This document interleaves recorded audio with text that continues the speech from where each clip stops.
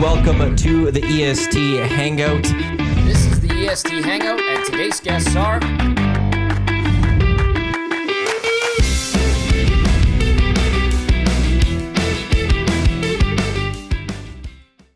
Yes. A very good Wednesday morning to you. Welcome to the EST Hangout live right here in Edmonton Sports Talk, your clear choice for Edmonton sports. Thank you to everyone for tuning in across the Edmonton Sports Talk audio streams at edmontonsportstalk.com. Tune in, iHeartRadio. For those watching on YouTube or listening to this on podcast, wherever you get your podcast, we greatly appreciate it. On the show today, Gazzola and Matt Iwanyk with here, and Shawn Belle is with us. Again, the Hangout brought to you by Sentinel Storage, Canada storage experts, more than 2 decades helping Canadians to life transitions. Canadian storage provider. Find a convenient location nearest you at sentinel.ca. How's everyone doing today? Wonderful. How are you? I'm good. You have a nice fresh cut? Fresh. It's not that fresh, but thank you. How fresh? About a week now. Has it been? It looks really like tight. Yeah. A little fade. Looks good. It's professional. Looks great. Thank you. It does look good. Well, he always looks good. It's because I decided to go to a professional cut. What did you usually do? My wife went out and got this part of my birthday. So she went and got a bunch of free haircuts at a little place just down the road, actually. So I'm going to go get, every other Wednesday, I'm going to go get my ears lowered. I still don't know what that means. Keep it trim, you know? Well, when you have lots of hair, it looks like, you know, your ears sometimes are covered. Yeah. But when you have like less hair, it looks like they're a little bit low. Oh, okay. Well, that sounds like my nono used to have like these old man jokes, dad jokes. That's exactly the same thing. He would be like, you got a haircut. Yeah. You didn't get all of them cut? It's like, okay, what are you talking about here, Nono? And then I'd be like, I'm sorry, That's a good one. I like that. And he'd be like, you're not sorry. You're Tommy. And I'm like, Zach pulled that out on me not that long ago. It's like, I like it. you got all of them cut? Yeah. Oh, you're just getting one hair. Which hair? Which hair are you getting cut? Yeah. Because he's so excited about that. So funny. But we had a great time last night at Boston Pizza Clareview. Thank you to everybody who came out. Is Big Uke being is he being facetious right now in the chat?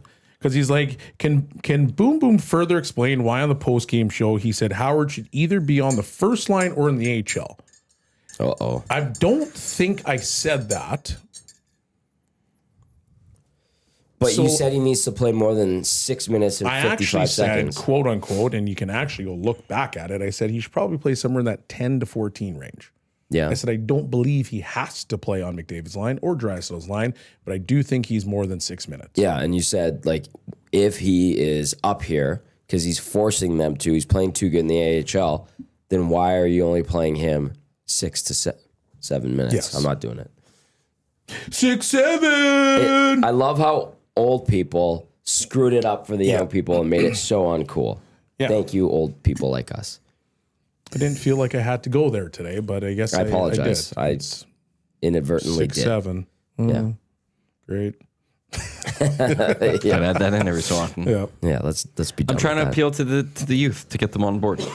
You got to appeal to the Trevs of the world, the Cubishes of the world, the Lorettas of the world. Hey, they're the future. They are the future. They're the ones we need to get watching this. What a future it is. Loretta. They'll figure it out. Loretta, he figures it out. Cubish, he'll get it sorted.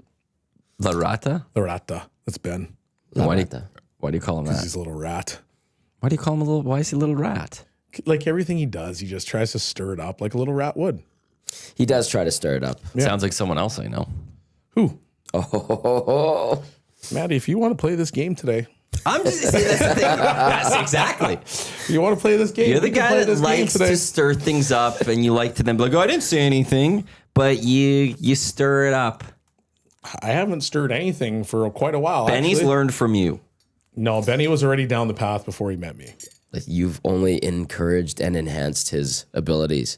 You're like Professor X. Thank you. Appreciate that. Yeah, in the Mutant Academy. Now, is that a compliment? It's a compliment, but What's it's the like, compliment?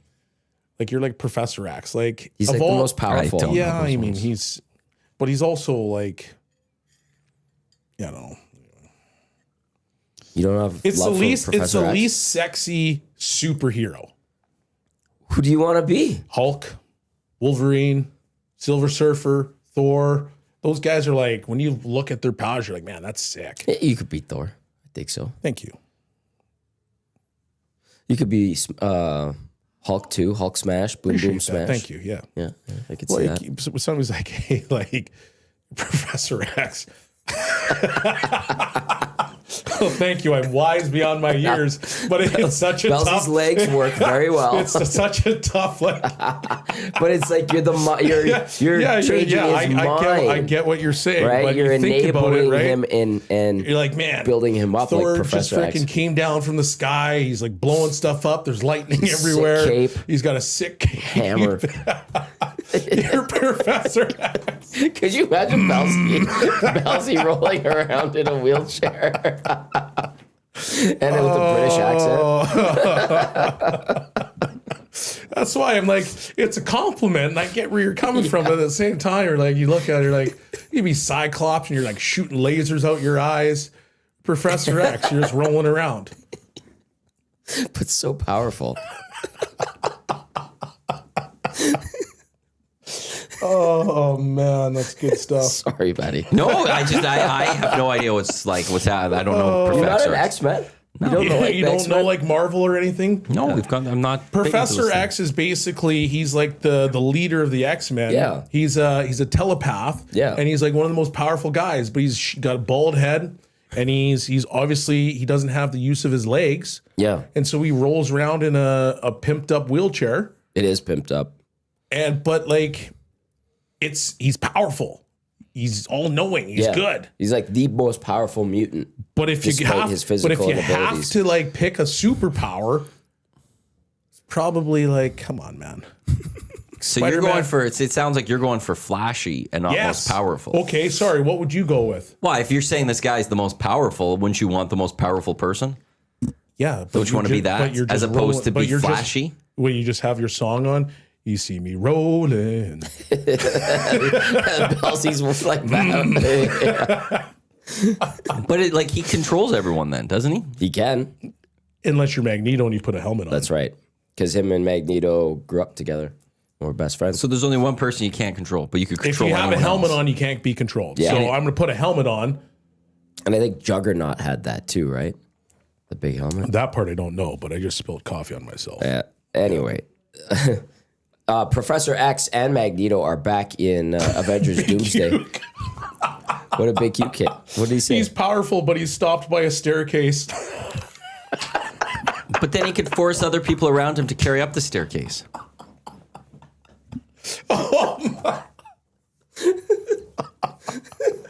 That's why, that right there is why it's a compliment, but it's not a compliment. Oh my God, that's good stuff right there. So we had a great time last night at the pre and post game show at BP Clareview. Nice Twitter Mary, thank you. I had some of that Nice work. soup last night. My goodness. This is delicious. I'm going to finish it. I brought it here today. I saw you had a big thermos coming in. Yes. It's like you're going to the job site. Yes, that was from is, Twitter yeah. Mary. I'll clean the thermos. It'll be ready to pick up whatever you want. It'll be here. Or bring Oh, it that's up next hers. time. Yep. I thought you brought it in that. Okay, that makes more sense. Twitter Mary That and makes Dave a lot brought of it. sense. And then El Presidente, his girlfriend brought that ginger immune booster. Yeah, that's right. It was good. How'd you feel after? That was phenomenal. They cleared up everything. And then Sounds like it. And then my mom's like, I have a package for you. She said, give me your keys. And she made soup as well. And she gave me like 10 Neocitrins. She's like, take this. But I was like, take cold medicine too. And I was just knocked out when I got home last night. Just slept really, really well. Look at all these people taking care of you. Too good. Too good. Thank you, everybody. And yeah, it's getting closer. I'm a little bit nasally and congested still, but I think we're seeing the finish line here with this damn cold. Shoggy had it. He had it. And I'm sorry to Hernan and Gager if I got them sick, and Dusty. Well, Dusty's well enough to play basketball. He's been doing that. Seems to He's be fine. Yeah. Yeah, he's fun. Yeah. He's good. Yeah. Got to keep working out. Got to keep doing the physical activity when you're sick. Isn't that good for you? You just never want to have the energy to want to do it. It's hard. See, I think that's a problem because I know you accused me of being the guy that got patient zero, but like I was never in a spot where I was like down and out. But I lost my voice fully. That was like I this didn't last week. cough at all. What about the week prior? Were you not? No, nothing. I wasn't coughing. You could still be wasn't contagious. sneezing, wasn't anything. All I had was a lost voice. You could be contagious without knowing it, and you just have a better immunity around it. Like Professor X. And then they just got their immunity is a little lower that they got hit harder. No, That's all I'm saying. it's like a healing factor. Before the show, I accused Belzy of Being patient patient zero. zero for The Office. You know, is it might wild. be Rashog because I was around him. And then Yeah, I don't think it was me because the two s- times I saw you, the first time was a Saturday and I was perfectly fine. You can attest to that. And then the next time I saw you was on the Wednesday, I had zero voice. Well, I was like, you- just coming back from it. there were 2 days where I was around you and you were iffy. The Saturday, I was fine. That's what you said. You said it too. I'm trying to give you an off ramp and say it was Rashog. Sure, I don't want to put I'm not mad at you, and I'm not going to point fingers at other people. You just do that for other things, or get other people to do that. Oh God, here you Like go. Professor X would. You and Benny are the same. You guys are both little rats. So you guys see now where it's coming from. I ain't no You're rat. like a little puppet master over there. I see how you operate. This is why we've come to become friends because 'Cause you're also a puppet because I see master. how you're like You're also one that does I this. see you. Game recognizing game over here. I Here we see. go. Oh, too funny. That's lovely. Yeah. Should we get into the Oilers here a little bit? Yeah. The who? The Edmonton Oilers, they're a professional yeah. hockey team that plays out of Edmonton Nice. in the National Hockey League. That's exciting. Been around for many years. You may have recognized them. You did play for them for a little bit. Yeah. 3 out of 4 points. That's good. Isn't That's that the good thing to look at with Yeah. that? 3 out of 4. It is. 3 out of 4 points. You know, if they're They going to didn't- keep losing games, if they keep losing them in overtime, like if they're not getting to the 3-game win streak, but it's overtimes, and then when you lose, it's overtimes. You're still getting all these points. Still getting You're points. sitting pretty good. Now, they played 3 more games than Seattle, who all of a sudden is a good team, And the Knights. and Vegas. I thought there was a couple other teams that they had games in. There's teams that are close. Like they're only like 4 points up on.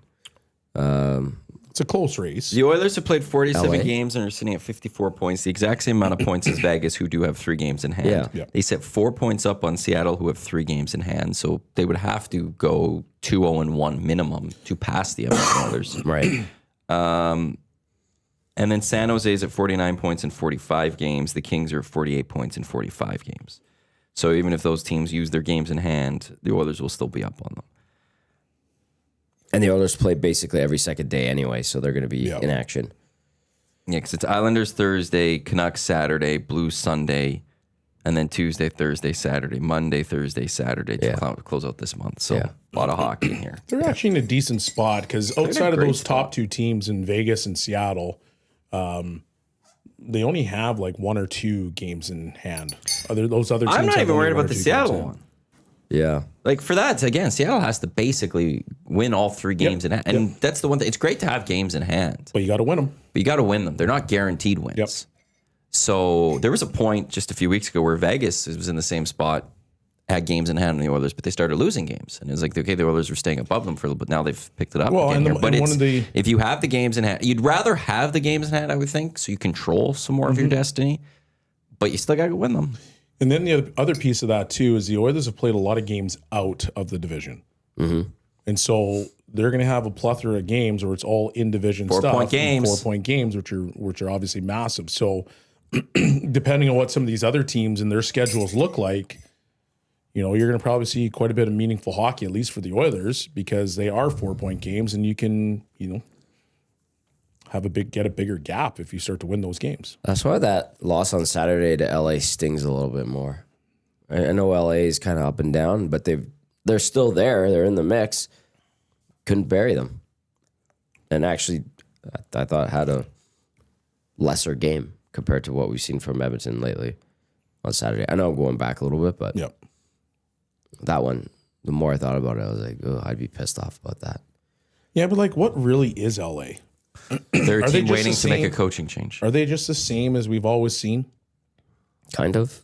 But like But not I as, think but Matty not has as a good good point. because they lost Deneau. Yeah. But Maddie's right. Like, Team waiting to make a coaching change. right. Those rumblings have been there for a while. Helene Elliott, who used to write for the LA Times, who's been a long time Kings reporter. She has her own Substack now, I think. Yeah. Just a couple of weeks ago, she wrote that Jim Hiller now has to be fired. And like, it takes a lot for a writer of that stature to write that column, to go like firing a general manager or a coach or something like that. So she fired the coach. There comes a point that you just wonder, like, even when Ken Holland went there, everyone I think kind of looked, and with the way the Kings finished, still bringing back Hiller. When's DeBoer going there? So, and now it's the Olympics are the one thing that DeBoer's not going anywhere till after the Olympics. He's that one free coach for Canada. And we're this close. Why would he jump in on a different task? Right. So the question is, at what point after the Olympics is Ken Holland going to pull that trigger? And does that bring the Kings up? We talked to Bernstein about this. He did it on Hernand's show and with Gager, and then he did it on the pregame. He said, and he makes a good point. He goes, Ken Holland in the offseason, they gave that extension. He said nobody's going anywhere. And now, pardon me, if Kenny Holland all of a sudden fires Jim Hiller mid-season, that goes back on his word. And what does, how does that look on Ken? It looks poorly on Ken, because he basically said, this guy's here, he's my coach. So. But Ken Holland also was the guy in Edmonton that kept saying, I've never fired a coach during a season. Because his hand was forced. Right. And so, but that you could change. And maybe there'll be a hand forcing from higher ups on that one Could too. be. There maybe is one they're like, look, like we could do it now or we could do it in the summer, but this is going to have to happen. And do you want to lose Pete DeBoer? But you even look at their team though, and they're an old team. Like Doughty's 36, Cece's 32, Dumoulin's 34, Edmondson's 32. Perry. That's He's just 40, defense. what is he, and 40, then 41? Their offense, Fiala's going to be 30 right away here. Kopitar's 38 on the way out. Kempe's going to be 30 right away. Kuzmenko's going to be 30 right away. Trevor Moore already is 30. Vogel's going to be in the 30 club. Armia's 32. Perry's 40. And then Jeff Malott, who doesn't really play a whole lot, he's 29, going to be 30 right away. And he just broke it to the league. And he just broke in the league. So, like, if you look at that team, yeah, I know 30 is not old by any stretch of the imagination, but In hockey. when in hockey, you're on the other side. Yeah. So it's an old group, and you look at that team, you're like, okay, well they've been good. They've been a solid team for quite a while, but where do they go? How do you rebuild? Do you tear it right down to rebuild? Do you feel like you still have the pieces to quickly retool on the fly and then go the opposite way? Like, I don't know what I'm looking at when I'm looking at this roster of the Kings. Like, Kempe is a great hockey player. He's going to make 10.6 next year. Mm-hmm. But then who's going to fill in? You get rid of Deneau. I don't think that was a great trade, in my opinion. Byfield's taking a step back. Byfield's taking a step back, you think? Yeah. So he's not as good. Ever since he couldn't clear the puck. So Yeah, that was a so what crucial really play. are they? Their only other young guy is Brant Clark on Yeah, defense. he's 22, yeah. And then Bernstein was saying, he goes, the pipeline isn't, rocking right now. They had that Andre Lee. He's like 6'6". He scored that one goal against the Oilers the other night. That was a nice play.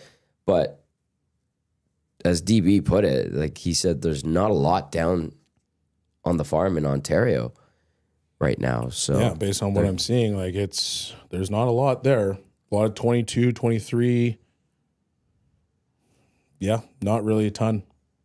yeah. So But that's what's the cap situation? they've got $5 million in cap right now. But what is it for next year? And these guys start retiring and Actually, all sorry, that. their projected cap space is 5. Current by the deadline will be 10.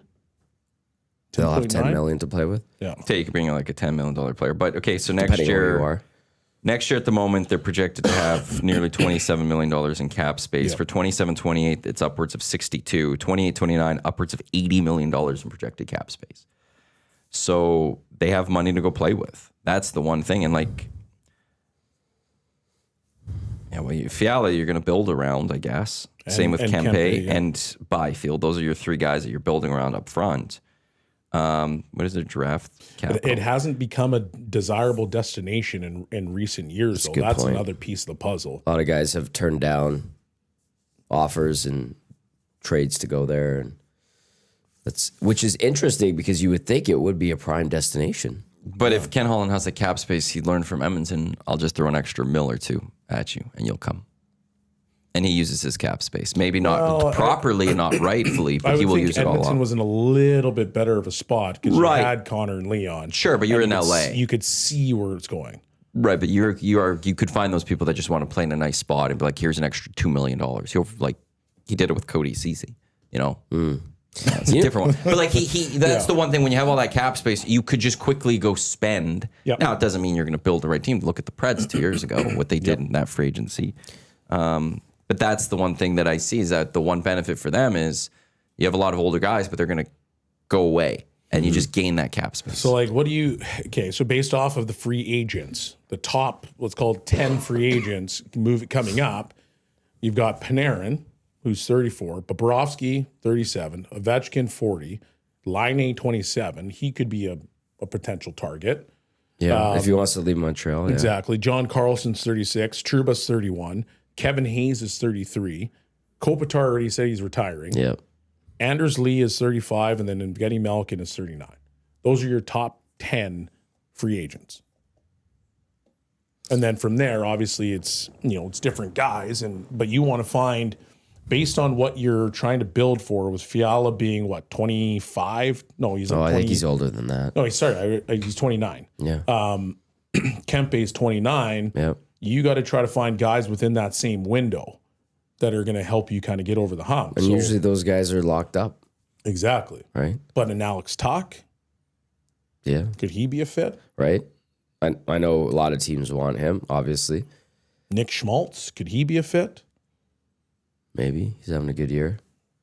So it's going to be interesting to see what they do. But okay, this crossed my mind. Like, listen to Bernstein, Pagnotta, people from LA talking about this team, what we're saying about this LA Kings team, and Kenny Holland's in there, and he's got all these older players, another older roster like he had here in Edmonton. I'm thinking to myself, if guys are saying no to go to LA and they're struggling to bring in pieces that are desirable and they don't have a great pipeline of prospects coming up, is this a recipe, an equation to become the next hockey wasteland? Is the LA Kings? And in my mind, that's crazy because they've always been a team and a market that guys want to go to. Mm-hmm. People love the allure of the beach and the sun and the perfect weather. But all of a sudden, you got all these like high end players that are saying, "No, I'm not going to LA." Remember, Gavrikov walked away too. Yep. But I think it's the traffic. It's the lifestyle's fine, but like you can get that same lifestyle in Anaheim. Even that has become a hockey wasteland. And it's Anaheim's getting better, but like it's not as, the traffic isn't as crazy. It's not as, it's hard to describe because realistically the whole area like Anaheim and LA, it's all the same thing. Yes. But there's something different about Anaheim versus being actually in LA. Like I know the story is like when we talked to Snacks, he's like, well, if I'm trying to coach and the game's at 7:00. Don Nackbauer, by the way. And he's like, we would have to leave at 1 because the traffic could be so bad and you'd be gridlocked that you're really not getting the same advantages, right? Like, so if you're here and you play a 7:00 game, well, you know that you're probably taking your pregame nap around 12. You're doing what you're doing. You have your schedule of when you eat, and then you get to the rink 2 hours before. But being in LA, like you throw that all out the window. Because the traffic by itself, you don't know how long you're stuck in that thing. But it could be like that. Well, it was like that in Arizona. If you're in Scottsdale, you're trying to get out to Glendale. It was crazy. Anaheim's not quite like that. It's still bad, but it's not like that. Like LA bad. Yeah. So Anaheim still becomes a little bit, more attractive. San Jose is a little more attractive because once again, it's not as crazy as LA. And there's quieter areas. The Rangers give their guys day rooms at hotels nearby. Yeah. It's wild. Yeah. That's not a new concept, in LA, the city is not actually that nice. I love that city. Do you? But it's not actually that was that always nice. one of the cities that for last, like if I were to ever move to the US, it would be one of the top, right at the top. I could see you being an LA West Coast guy. LA is just, to me, it's everything's there. It's not, and you're right. It's not the nicest looking skyline or anything like that. But you've got the beach. Yeah, everything's You've right got there. all the music that's going to go through there in so many different ways. You could find some sort of concert any given night, and just all the sports that are happening in LA. Yeah. They have 2 of everything, Yeah, they do. and you could go watch and find whatever you want for all of that. Beautiful weather, laid back because it's California. I love LA. Yeah, but you go down the road to Anaheim, you got like nice hills, you've got different settings. Like it's the same thing. It's just a little bit more laid back and nice. That's why there's the appeal. Yeah, but I'm not guys in go to LA. Anaheim. Well, LA though, it's like the city of LA is not that big as much. Like Yeah, it's the the city whole of LA metro itself of LA. is not that nice. Like So just wanted Santa to clear with Monica, that. all that stuff. Yeah. That's the stuff that. But like if you're in Anaheim, you go to Laguna Beach. Great, it's awesome. Like there's lots you The can start of the Newport hills Beach, from there. Laguna Yeah, Beach. Yeah. some nice stuff out there. Redondo. Yeah, Manhattan Beach. The OC's not far. you'll see. You could do fire pit in the sand. Yeah, It's all and just the amount of sports you can go to. I know. 2 NHL, 2 NBA, 2 MLB, 2 NFL, 2 major colleges, 2 soccer teams. It's all there. It's all happening. But yeah, I don't know. People will go back to LA. maybe find there's it- just cycles in the NHL. It could be. I think there was a bit of a down period for the Kings between their cups and this recent run. Yeah. They got back up a lot sooner than people expected. You know, there was a point there where I think when they were first making the playoffs, we're like, they won't last in these playoff spot, and they found a way to do it. So, I think that there will still be a bit of an appeal from. How would the you city of rank LA. those 3 teams? So, In 3 terms of California what? teams of like preferred destination? If you're to take Anaheim, San Jose, and LA. Me personally, Anaheim, LA, San Jose. Fair. LA, Anaheim, San Jose. Yeah, it'd probably be close to you. It'd be Anaheim, LA, then San Jose. But San I don't Jose- want to win with the But San Anaheim Jose, Ducks. it's got a I little want to win with the bit LA of Kings. appeal right now, just based off their team and how young they are, and some of the guys. So you might move San Jose to second. Anaheim, I San don't like Jose. San Jose as the city and the area. It's all that Silicon Valley stuff. The arena, they're pumping a bunch of money into the arena. It needs some love. Yep. It was a nice rink. It was built in like '94, but very simple and not big or anything like that, and not too dazzling or anything. And now it needs some love, so they're gonna put some money into it. But out of like San Fran, Oakland, and San Jose, right? There's that horseshoe or whatever they call it around the Bay Area. Like San Fran's, that's a cool city. Such a cool city. And I can understand why they moved the Warriors from Oakland over to San Fran. Like Oakland's rough. God, it's a tough Yeah, town, man. Oakland is a really tough spot. Yeah. And then San Jose's nice. Again, like all the Silicon Valley stuff, very expensive. And then San Fran's obviously the draw there, I think. But it gets cold there. You know, it does get chilly. It's Northern California. And I don't know. I always would be in Anaheim and LA. I'm like, this is fantastic. Penner's pancakes from a hockey perspective for the future at San Jose, Anaheim, LA. And I would agree with that. Yeah. If you're talking purely hockey, Purely future, hockey. Yeah, That's purely hockey. Yes. San bang Jose, on. Anaheim, Yeah. LA right Yeah. now. Absolutely. Can't disagree with Penner's pancakes. That'd be the on that way one. you'd have to look at that one. So, yeah, it's if LA can get in though and not knock San Jose out, we could be back to 3 California teams back into the mix here. It's gonna be tight. Come on, can San Jose hold on? Can Seattle keep going? We're at the halfway point of the season. We're past. The fact San Jose is still hold in that wild card spot, they might do it. They Good might for be able them, to get it man. done. Yeah. Good for Mike Greer and Doug Wade. They've been and playing well. All those guys. It's good to And see they're- Mike, one of the Greers at least can do a good job with their team. Hey, Dolphins were a top team for a little period of time there. When? Just a couple of years ago, they were the hot top. What did they put up? Did they put up like 70 on the Broncos that one game? they had the track team. Yeah, everyone was talking Doesn't about mean how that great they were were. a top team though. You could see it. But Mike Greer got ripped just not that long ago about some of the trades that he was making, and how could you be doing this? This is a wasteland. And here you go, doing some good things. Yep. Okay, Chris Greer wasn't that terrible the entire time.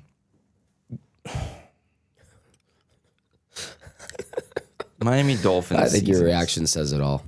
You're shaking your head. You rolled your eyes. He wasn't. 11-6 a couple years ago. And in that year, did they not get banged up near the end? Were they not destroyed by injuries at the end? They had They 6 weren't Pro winning in the Bowlers. playoffs because their line play was awful. So you have to go, and we've talked about this 1,000 times on the show. You got to go through Buffalo. Yeah. Buffalo lives and breathes in the trenches, and then you got to go out and you got to outperform Josh Allen. And then if you can somehow make it through them, maybe you got to go see Baltimore or the Steelers, or maybe you got to go to the Kansas City Chiefs, who once again also have good trench play. So the Miami Dolphins, maybe they're 11-6. They had Tua throwing the ball to Tyreek. Tyreek, the minute it got cold and they had to play press coverage, disappeared. The minute it got cold and the field got a little bit harder, as soon as Waddle's body hit the field, he was hurt, gone, peace, I'm out. So You would think a penguin would thrive in you cold think weather. a penguin would thrive, but this one did not. So what do you got to do? You got to be able to run the ball. And guess what? They did not do well until this particular season. A couple years ago, Run the Raheem ball. Mostert and Achan were going, and Mostert was his Pro Bowler. He was unbelievable. Please. He was scoring touchdowns. Please. How many touchdowns did he score Please. that year? How many touchdowns did he put up that year? Don't argue with a Dolphins fan that knows about the Dolphins. 1,000 yards and 18 touchdowns in 15 games because he was banged up with injury near the end. You're good telling me season. that's not good running He attack in turned 2023? into the blanks. That 1 year he was good. Oh, that's nice. That, Well, I'm just saying. That 1 year when they would have ran into Buffalo and then got smoked anyway. I'm you just mean that same saying, 1 year 'cause they got injured. that They had got a lot to of the playoffs injuries. and then they got trounced anyway? Didn't they have a you're bunch of saying they injuries? had a chance. Yes or no? Everybody has injuries. Oh, That's it's the worst excuse in sports. It's not. It is. No, I didn't. It is the worst because if you actually It's build your valid. team properly, that you should have the next guy up. It is the worst. It's the worst thing Yeah, in sports. there's also, but then we praise the teams that have all these injuries. Like, how are they still doing this? It's like because it's rare to do that. The 49ers were praising because it's harder to have a team that finds a way to win even still with injuries. It's like when people That's why talk we about pump them the up. Golden State Warriors, when they beat the Cleveland Cavaliers the first time, well, Cavs were banged up. Nobody really talks about that. But then when they go, oh, we lost to the Raptors, and they go, well, hey, Golden State was banged up. Well, hey, that happened the same thing. You guys won. I don't care what Warriors fans are doing. But my point is that it doesn't matter. You still got to go perform. Even if you are banged up, go perform. Sure, but if then I'll go to the Chris Greer not at the best. He didn't have the whole talent on the rest of the roster. But He his top hasn't had talent an was pretty good. offensive line since he stepped foot into that particular place. 2023, they had a Pro Bowler offensive tackle. That is why Tua has, unfortunately, now a video thing called Riot Comedy chirping him and having him cross-eyed looking different ways. You said There's those a to us. reason. It's pretty funny. There's a reason why. He was sacked way too much because he wasn't being protected the way that he was supposed to be. For a quarterback that comes into the league who is small, who has injuries, is also prone to injuries, you didn't do a good enough job in protecting him. So no, he did not do a good enough job. I think you're wrong on that. Because let me just wait. 2023. Professor X versus I just gotta find them. Mr. Sinister. Where is Mr. it? Sinister, Magneto. This is Mr. Sinister right here. One thing I saw, I think in 2023, they protected him. I don't want sacks made. I want sacks allowed. Offensive stats. Vegetables created. Yeah, I felt bad. I can't believe he's still playing. Same with like Zach Collaros too, who is coming back this year. Yeah, but the offensive coordinator change, which I think a lot of people at Winnipeg really desperately wanted. Okay, I'll figure this out. I think in the year that Well, you year, go ahead and try to figure it out, but I just still know about my team. in 2023, I'm pretty sure that they were a team that were very protective of the. They weren't very protective. They schemed to get the ball out of his hands within 1 second. Hey, well, that works.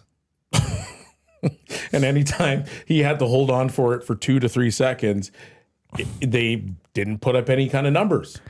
I don't know what this means. Why is it so hard to find this on the fly right now? Just team sacks allowed. Why is this so difficult? Usually you find it very quickly. Well, like I went to this one site, and it's not giving me this one site. It has the sacks allowed, but I don't see the Dolphins. But it stops at 25, and I have to unlock 2 times data. Oh, but is I that don't know. StatMuse? Yeah, StatMuse is usually pretty good. and I don't want to pay for more. So you got to 25, so And they that weren't means- on the list. Yeah, so that's not a good thing then. No, it's a good thing. The number 1 was the most sacks allowed. Oh. Yeah. Oh. Yeah, I told you already what they did. They just schemed to throw the But ball it's a in the second. ridiculously low. It's not just schemes. And anytime he had to hold it, that's a true thing that you got to find out is what happens after he held the ball for longer than 2 seconds. Well, that's with any quarterback. That's with any team. That's not true because Lamar Jackson will just grab the ball and run down the field and put it in the end zone. It's not true. So don't try that Look, nonsense you with can't me. compare him to Lamar. His running Okay, abilities. so Josh Allen, sorry, throwing the ball. Even Brock Purdy. You can't. You don't try. 2023. This. Don't try your nonsense with me. 2023, Chris Greer built a really good team. Not true. And I think you are throwing him out way too quickly. You said he didn't do anything. Not true. He had a good, well, that year, all you're doing is you made a bet with me on the Dolphins against the Ravens that year because that's And I how good lost the it. Dolphins were doing. And I lost. Because they were fully injured too in that year. But they're so good. This isn't my team. You're coming in here on the Hangout always talking about how great your team is. Yeah, and because Chris I Greer ride doing a or great die job. with my team. That's what I do. And now you've turned. I haven't turned. I'm still a Dolphins fan. No, I'm not saying very you turned negative on Chris towards Greer. them this You're year. praising Chris Greer then. Now you're against Chris I wasn't Greer. praising Chris Greer. I was I'll go saying that the through all those Dolphins, hangouts. because I want to roll with my Dolphins. That's what I do. I am loyal to my team.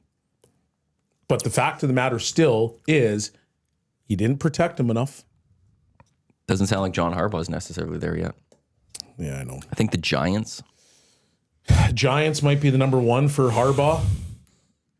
Stefanski, I know that was interviewing with the Dolphins. I think he did that So many yesterday. coaches have interviewed so many places. How many job openings are there now? 9? 9, 8? right, yeah. 9? Because Could this be the craziest carousel that we see? Because I feel like with Matt LaFleur being potentially gone. potentially gone, somebody was talking about like doing a sign-in trade for a coach, and It's happened very rarely, but it's happened.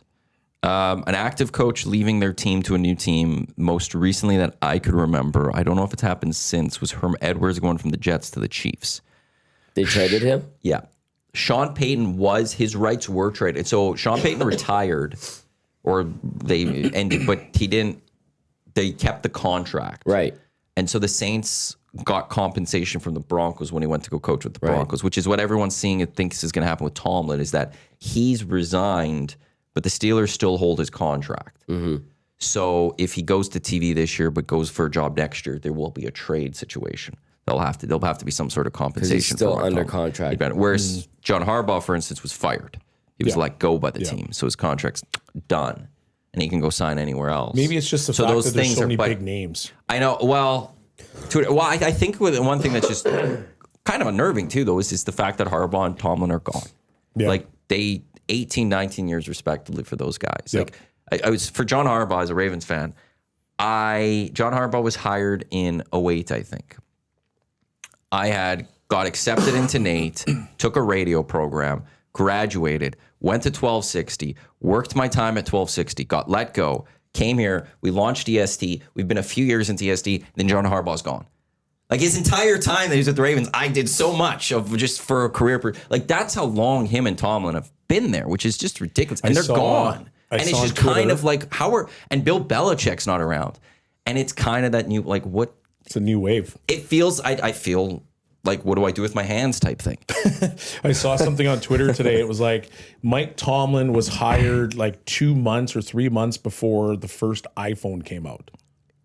Wow. It's wild. It puts it into crazy perspective, Yeah. right? Like, And that's why I think like when we look at this job cycle, we're seeing two major openings at the very least right now that don't open. And that's what adds to all of this, where Ravens in there now, they haven't had a long history. They're late 90s, but they've only had 3 coaches. And then the Steelers have only had 3 coaches since the 60s. Yeah, 69, right? Yeah, Chuck Noll, Bill Cowher, and Mike Tomlin have all done great things. So that there's these 2 major openings. Also, the whole AFC North almost was open. If the Bengals had fired their coach, the entire AFC North would be looking for a coach. it's crazy. But I don't, again, and just the same coaches are all interviewing for the all same jobs. That it's like, who's going to be the first domino to fall in this? Yeah. Hey, you said something about like Harbaugh being fired, and so there's no money owed. But like in the NHL, when you're fired, your contract keeps going. Not money. They don't. He could go sign anywhere, and they don't have to get compensation. The Ravens. Oh, okay. Because like there would still be money, I would assume, unless if he had another year or two on his contract, or there's that. Usually, there's the if he's because he was going to be a high paying coach. Like if it comes in and he's making $10 million next year, I think he was 17 or something. They'd owe 7 or whatever. I think that's how it works. Oh, okay. No, it's the compensation part of it. Yeah. It's where if Harbaugh goes somewhere, the Ravens just have to allow it. Whereas if Tomlin goes somewhere, the Steelers have the right to be like, we want compensation first. I see. Okay, because there was one year where the Oilers were paying, I think it was Akins, Kruger, and McClellan still. Or Wasn't it would have to be. Wasn't Rennie on that for a bit? No, I think it would have been like he fell off and then McClellan came up type thing. Because didn't they fire Rennie? Yeah, they did. But I don't know if But he he had had a much couple longer. years on his. I think he had another year at least on his deal. There was Maybe a 2. season where But like McClellan 3 wouldn't have guys been were there yet. getting paid to be the coach, and only one of them was the coach. Yeah. Well, and then I add on to that because of how that would have. Oh no, there would have been a point where you would have had Tippett, McClellan, Hitch, because he was elevated into the Yeah. organization, And Todd had a 5-year deal. and you might have had Akins in there still or something. I think Dallas. Yeah, Dallas. there was some murky times. Yeah. I remember like, how many coaches are they paying right now? Here's the tweet that I saw. So in January 2007, Steelers made the surprising decision to hire then Vikings defensive coordinator Mike Tomlin. Social media was just being launched, and there was 0 iPhones. It was 5 months after Tomlin was hired, the first iPhone came out. That thing was a block. That thing was an absolute brick. Blackberries were the big thing back then. Yeah. And it had the rolling ball on it, and then the full What a keypad. crazy. That's crazy that he was around that long. Like you don't see that. You don't see that very often anymore. Having coaches around that long. No. And it's a shame because I don't think there's too much of a quick reaction to make changes now. And I don't think that that's the smartest thing to do. I think you have to allow growing pains sometimes. Yeah. But there's this immediate thing from owners, like we know we need, or GMs, we need immediate turnaround. But I don't think it's a surprise that the Pittsburgh Steelers relatively have been just a solid franchise for all these years. Same with the Ravens. Same with the Patriots for a long time. Like you allow these guys to keep coaching, and the Lightning doing it with John Cooper. 2013 is now a really long time. Like it's weird. That's 13 years. Him, Bednar, and Brendan Moore are the only ones hired in the 10s. That's right. The 2010s. But then, I think the most tenured NFL coach is it Andy Reid? I have it on my thing right here. How much longer is he going for? It's a great question. Yeah, Andy Reid, 2013. So he's in that John Cooper. I can't believe he's been there that long. Then you got McVay, Shanahan, McDermott, Taylor. Those 3 were 2017. Then Taylor 19, LaFleur 19, Sirianni's 21. Wow. So of the guys there's only 1, 2, 3, 4, 5, 6 guys in the NFL that have been hired now pre-COVID. Wow. Has the shine worn off on McVay at all? No. No. Okay. He's solid. Going to the playoffs again. Yeah. He was talking Potential about a couple contender. years ago leaving, but stuck around. Could and they're he still be the talking. next guy that has that long? No. No. Just because he just was recently talking about maybe being done. What He will leave sooner. will he just go to another team, or do you think he'll try just be something done. else? I He's done think it he'll all. be a guy that will just take the year off and then go find the next job. He's only like 40. Yeah. That's insane. That's why I don't That think he is, would yeah. just stop coaching. But I could see him being like, I'm done with this one. Yeah. He's had a great run. Yeah, he has. The only worry I think I have about Mike Tomlin, just because he's going, if he goes to the TV for a year. Bill Cowher went to TV for a year, and everyone's like, hey, when's Bill Cowher going to get hired? And he never left. He's great. He sat in that chair and he loved it. Different job. And is Mike Tomlin going to be a guy that goes, you want to know something, John? This? I don't need to go out there on the field. I don't need to be in no the stress. I don't need to be in the room at 3 a.m. and stay till 11 at night. Yeah. I don't need this. Why am I going to do that? Although it is said that if he comes back, he wants to go to a warmer climate, which I respect the hell out of that. Hell yeah, Pittsburgh man. for 19 years going to ask her that. Long time. Not a dome facility. I just want warm weather. Go to Vegas. I'm done. Deal with. Yeah. Mark Could you imagine Davis. him going to Baltimore though? Wow, they asked the owner about that yesterday. I know, I saw that, and he was just started laughing. He laughed. That was a great interview. It was. He's a very open owner. I respect Doesn't that. speak a lot, but when he does, he doesn't try to hide things. Yeah, He didn't necessarily say no, but he did say, like, I think there was like a gesture made maybe by Tomlin after the kick. And he's like, that might have changed my perspective a little bit. But he's like, I really like him. And the joke was also that he says if John goes there. Yeah. Like if Could you Harbaugh's a imagine, Steeler, then it's like, yeah, we need Tomlin. Like, come on. Screw that. We're taking him. Oh, man. That would be Screw you. hilarious. That was a refreshing interview. Yeah, it was really good. was. And I appreciate that. And he didn't say anything that threw his team under the bus or put them in a weird situation. Yep. It was very cordial and open, like you said, Maddie, and pleasant. I really have a lot of respect for him. I could see there's a small example of and listen, like he might be something else behind the scenes, but it doesn't seem like he is. Just by you watch that interaction, there's an example of someone at the very top owning, operating a team, putting the right people in place, and they've had continued success. Yep. There's loyalty built there. Yep. Sure, he wants to win every game, but I looked at that and I was like, geez, that seems like a great owner.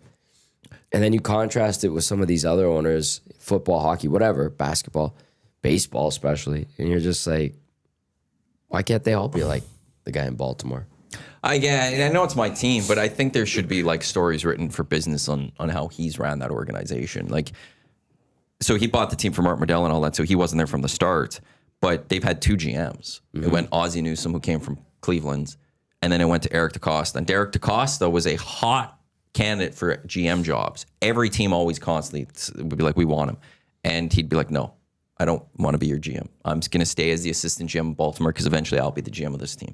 And then when Ozzie finally stepped away, he drafted Lamar Jackson, stepped away, DeCosta's took over, and he's done a really good job. So he's had 2 GMs, 3 coaches. The story is like he's around every so often and talks to some of the players, but he's not always around. He doesn't go for road games. He's not that type of owner that's just always around and like hovering over everything. He knows when to step in, but he also knows when to step out. And I think there's a lot of billionaires out there that are like, no, I own this team. Look at the I guy own in Jackson, you. or Carolina, sorry. I own you guys. Yeah. So I'm going to do whatever the hell I want. Yeah. And he goes, no. Like you do your thing. But then like when it comes down to coaching, he talked about yesterday that, he's going to seek Lamar Jackson's input. Lamar Jackson's going to have input. That was but interesting. Then he said the final say lies with him though. Lamar doesn't get the final say. He does. Yeah. And I like that. And I'm worried about who they're going to hire because it seems like with the guy you wanted, John Harbaugh, and you just got rid of him. You guys are going to end up with Mike McDaniel. I would love him as an OC, not going to lie. I'm really hoping he doesn't get a head coaching job and somehow they can convince him to be an OC. But when they hired John Harbaugh, I was pissed. I remember that Marty Schottenheimer was let go with San Diego. I was like, maybe Marty Schottenheimer just went 14-2 and stuff. But I'm like, who the hell is John Harbaugh? He was a special teams coordinator with the Eagles. Yeah. This guy's like, what are we doing here? And then all these years later, I'm pissed that they're firing John Harbaugh. Yep. And I've been a John Harbaugh fan forever. But Bisciotti's a guy that, he has his conversations. He's very careful. And John Harbaugh at the time also was very well prepped. But I will have to give him the benefit of the doubt for now of who he hires. I love what he said about Lamar. And he said, if he wants to be part of this process, I said, be ready to do your homework. I'll send you my plane. You come up here and you be part of these interviews. I was like, that was unbelievably candid and open. And I like that he has that approach. I was like, this is fascinating. And I know they want to keep Lamar around, obviously. Yep. Part of this, I MVP. think, is everyone's saying it was a great relationship in the end, but it can't fully be. But John goes because it's going to help keep Lamar. Great. Yeah. I mean, I would want Sorry to keep my about that. MVP after a guy coached here for 18 years. I was just very impressed with that press conference. See, I think there's 9 jobs. I'm impressed by the fact that like the Ravens, the Steelers, like the Steelers are only on their 4th, going into their 5th head coach. Ever? Ever. Ever. I'm pretty sure it's ever. But Chuck Noll since the 60s. Yeah, like 69 and 91, 91. You just don't to see that ever. 07. 07. You're only going to your 5th coach since your inception. Yeah. When did they become the a team? Ravens? The Ravens have had 2 GMs. Yeah. Like, And you that's just- since 99. It's nine. Yeah, that stuff is so crazy and so rare that you have to give it respect because the teams have always been good. Yeah. Especially in the Steelers. Like, Oh, the Steelers have had a lot more than 5 coaches. so why do they keep talking about he's only been the Maybe fourth, since NFL days. maybe since the NFL days? Because the inception, yeah, obviously. Because is that not one of the stats that think. they always come up with? They're like, this is When the did they 5th join coach. the NFL? Let me see when they joined the NFL. Oh, since the Super Bowl era in 1970, they've only had 3 head coaches, the fewest of any NFL franchise. Well, even that is still super crazy. impressive. Yeah. Well, and all 3 of those coaches, Hall of Famers. Like Tomlin's going to be a Hall of Famer. Yeah. We don't have to. I don't have Yeah. to guess on that one. Yeah. Just absolutely incredible. Like to be able to just hit on 3 coaches like that in a row. It's the same, but think about the Packers too, though. Yeah, same thing. Like since 91 or whatever it was, you went Brett Favre, Aaron Rodgers, Jordan Love. Yeah. You haven't had a situation where you're saying like, is this guy going to be the quarterback? Yeah. Oh, we might not win with this guy. We're going to have to go get another quarterback or something. Yeah. That stuff to me is so impressive how you're able to find like, okay, hit, and you just consistently roll it. Like look at the New England Patriots. So you go draft Brady. I don't think you thought Brady was going to become Brady, but Brady does. But you had Bledsoe right before that. Yeah. And Bledsoe was no slouch. So you went from Bledsoe to Brady. You had a small window where you're like, that's not great. But then here's Drake May, and Drake May has been unbelievable. So even them, like, yeah, you're probably like 4 or 5 QBs. But the reality is that those was it Cam Newton and somebody else were in there. Like those Forgot guys just about like Cam Newton. Yeah. I don't even remember those guys being there. I just see Drake May now, and I'm like, oh, here's the lineage. But that also that goes prove the Packers still like they didn't even have that they little didn't- they gap. didn't have They that didn't at even have all. that little gap, Yeah. which is crazy. They had crossover. It's just and so naturally too. Yeah. It, And everybody was like, okay, so Favre was playing, Rodgers sat underneath him for a year. I think it was a year or 2 years. A couple. it was couple years. longer. I want to say 3 or 4. And then all of Yeah. a sudden, boom, takes off. that might have been year 3 of Rodgers that he And, took and over. same thing with Love and Rodgers. Here's the crazy piece of this. Can they do it again? And would Jordan Love end up with the Jets? If it happens, then it's just You're like, full. this is We're in like just some sort of wild. sim or something. Okay, do you know what? It's fun. The Raiders, the Browns, no offense, Tommy, the Cards, and I'll None throw the taken. Falcons in here. They must suck though, like looking at this and be like, okay, we need a new coach. But now these teams need coaches. We're like at the bottom of all the top candidates lists. Yeah. Like there's all these top candidates that if it was any other year, maybe we can go snag them. But this year we're sitting there going, oh, well, the Ravens have Lamar Jackson. The Steelers are just a solid franchise. The Giants are in the city of New York with what seems like they have a quarterback and stuff. Ah, crap. Now we have to wait. We're screwed. Yeah. We want to interview the same people, but we're gonna be the 11 o'clock interview at night, and Because even the Dolphins, you would sit there and say like, I think that's an interesting spot. but it is. I do think. Because I've been looking at all these guys and talking and hearing them talk, and they're like, well, Miami's an unbelievable destination. Because you do have pieces on that team where you sit back and you're like, well, that's pretty good. You got a running game. You got 2, depending on what you do with Tyreek, you've got 2 elite receivers. You got Dulwich, who's a pretty good tight end. You got some pieces on the offensive line. So, and it's South Beach, where you can go from being a nerd to a drug kingpin. Such a good meme. Yeah, but even that one's like a fairly desirable destination. I do think Atlanta's the one I would like if I wasn't getting one of the top ones. Atlanta's the one I'd want though. Like you've got Bijan. Yep. You're There's in a some weak pieces there, too. division. Yep. Where like they were 1 win away from winning that division this year.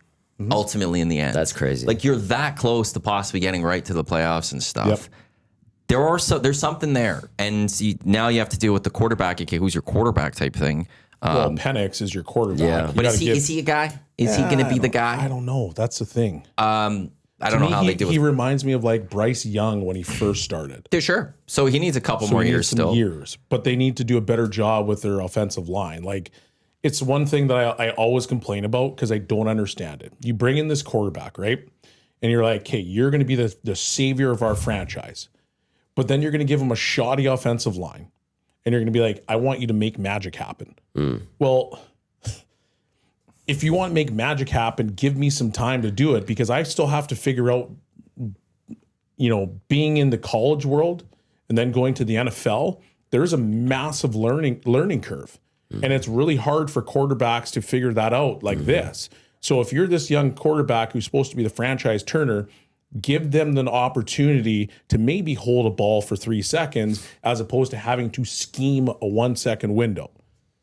But if you can give that, and you have Bijan there, now there's like a little bit of a safety blanket saying, okay, well, like if I'm not throwing the ball, I'm going to give it to my running back and he can do the heavy lifting while I start to find my game. And not a lot of franchises do that, because when you look at Bryce Young, when he started out, what did they not have? Offensive line. What happened to him? They wanted to trade him. They actually benched him. It looked like it was a waste of a pick. Exactly. That's what we're all looking at with But that now, one.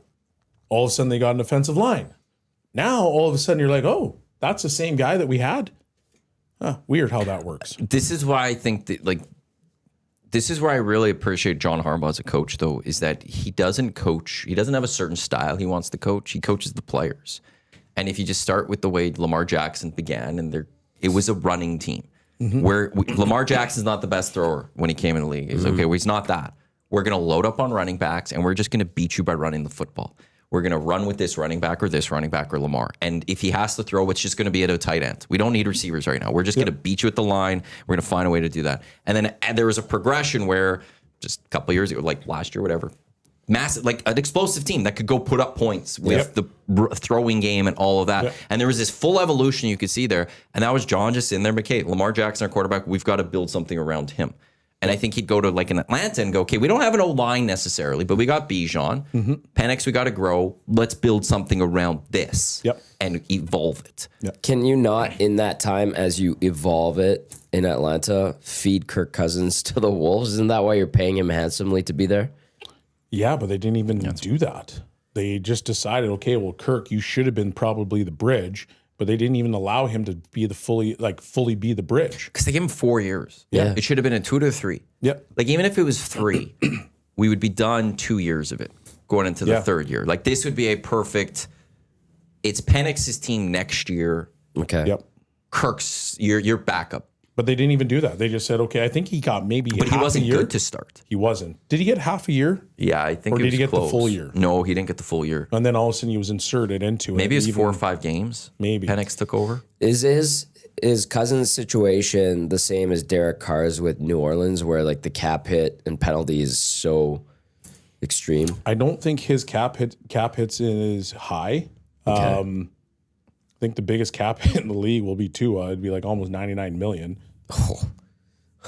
Russ's was number one with the Broncos for a bit there. What was it, like 80 million?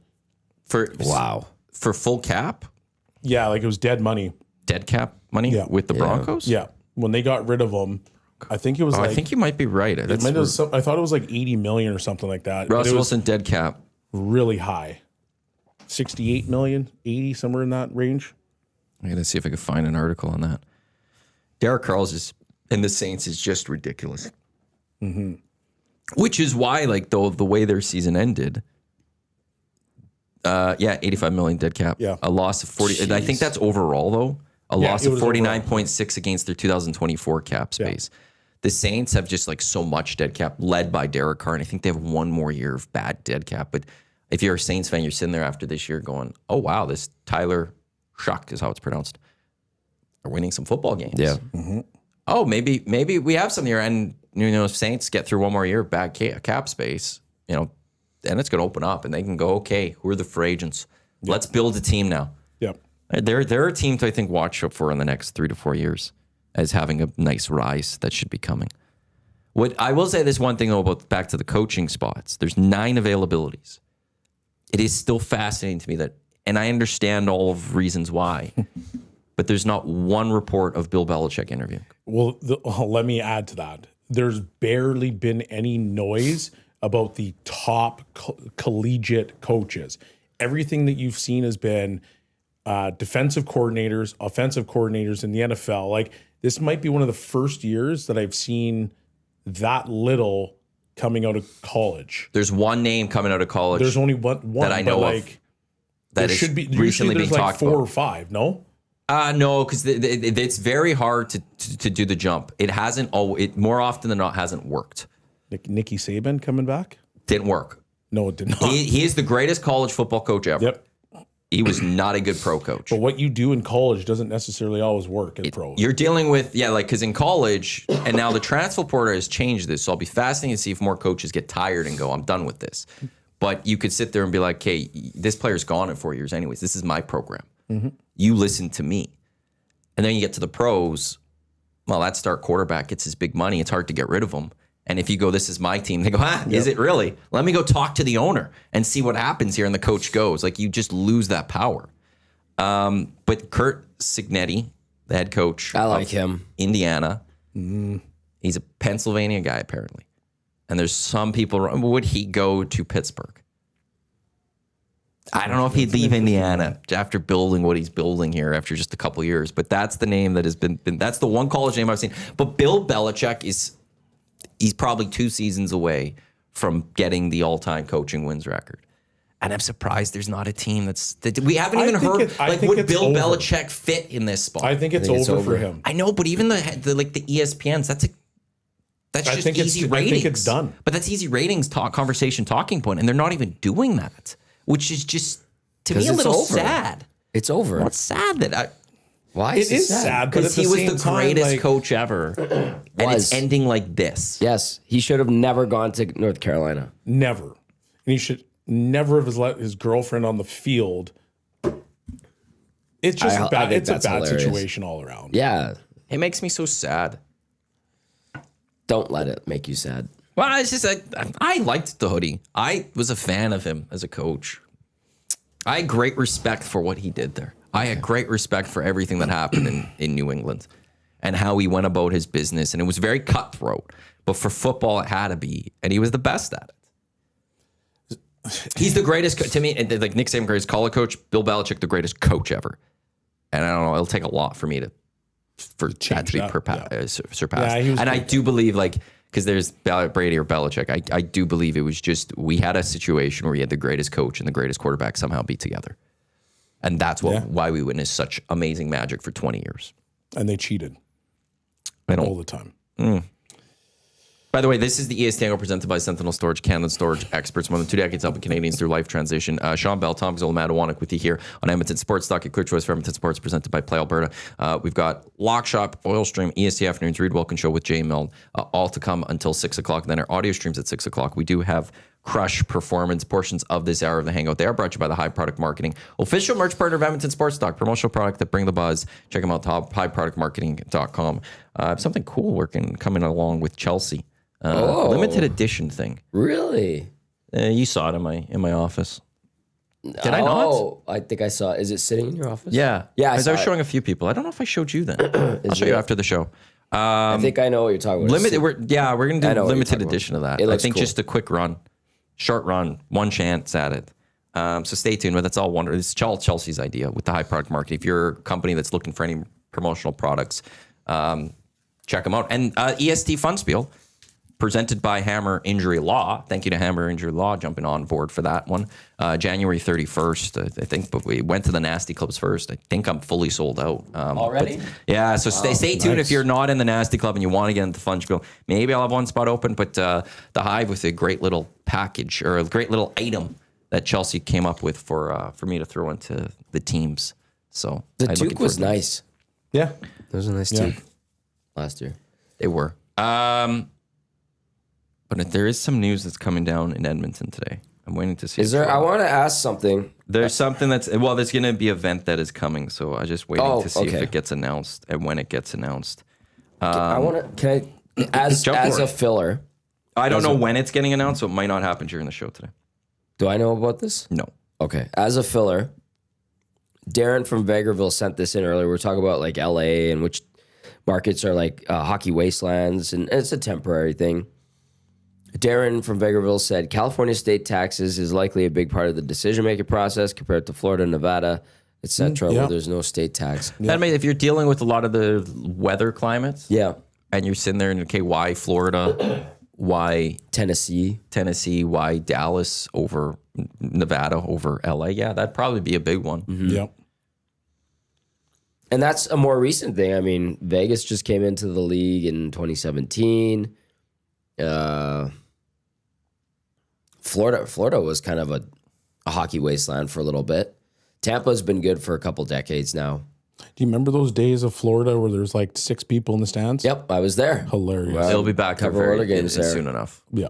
That is a huge arena in Florida too.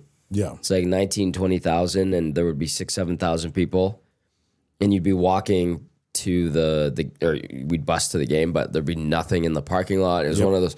It has like a huge parking lot around it. There's a strip mall that would be busier across the street, and you get there and you're like, oh no, this is not good. And they've turned it around. Good on them. Like, Yeah. I'm going to change the subject just quickly. that's fine. Because I saw something and I'm like, I'm dying laughing. So I don't remember who Dennis Schroeder is playing for anymore, but Luka, I forgot who it was. I can't remember. Is it Sacramento? Yeah. Is it Sacramento? Doesn't matter. Anyway, so the last time Schroeder's team played the Lakers, Luka started giving it to him about not signing the contract, which he may have lost out on like $50 million. Right. Okay. So there's a report out there that because Luka has been chirping Dennis Schroeder every game and just giving it to him, apparently Schroeder went into the back, waited for Luka in the back hallway, and tried to fight him after a game or before a I game. love that. Because, yeah, one of the most recent games, he just was like, why'd you turn down 45? Like, you shouldn't have turned down the contract. Like, okay. That's a great It's an insult. unbelievable insult. But are we at a point now where you're just going to go into the back hallway, wait for the player, and try to fight him behind the scenes? That's not new. No, that sounds like something that would have happened in the 80s, 90s when the players truly hated each other. Yeah, but this is like a little bit different. Like, you don't think you want to take a hard foul on him during the game? Okay, you want to talk that kind of smoke? I don't Yeah. think Schroeder could do that. He could hard is he foul gonna Luka He's when you too wait small. till he gets up and then goes in hard foul. Then how's he going to do in a fight in the back hallway? That's He'll kind of play my dirty. point. He'll fight dirty. Man. Like, I die laughing about that stuff because it's like, so you don't want to just man up during the game and then respond in kind. You're not going to necessarily be able to chirp Luka. Like, what are you going to chirp him about? You find something, but you go hard foul the guy. You're not going to wait for him behind the scenes and the lurking in the bleachers. And when he walks by, you pop out and sucker punch him. Like, what does that do? Knock him on his ass on the court. Yeah. Oh, I punched a guy behind the scenes. Oh, yeah, you just got 15 games. Oh, I can't believe I got 15 games. I'm so sorry. You're not sorry. You're a little. I always liked Dennis Schroeder with the Lakers. He always played well for them. There's a podcast called All the Smoke. It looks like Matt Barnes, and I don't know who the other one is. Do you know who that is by any chance? Let me see. It looks familiar. Oh, that's. Oh, my God. I think when you say the name, I'm going to be pissed off. Because that's Matty Barnes.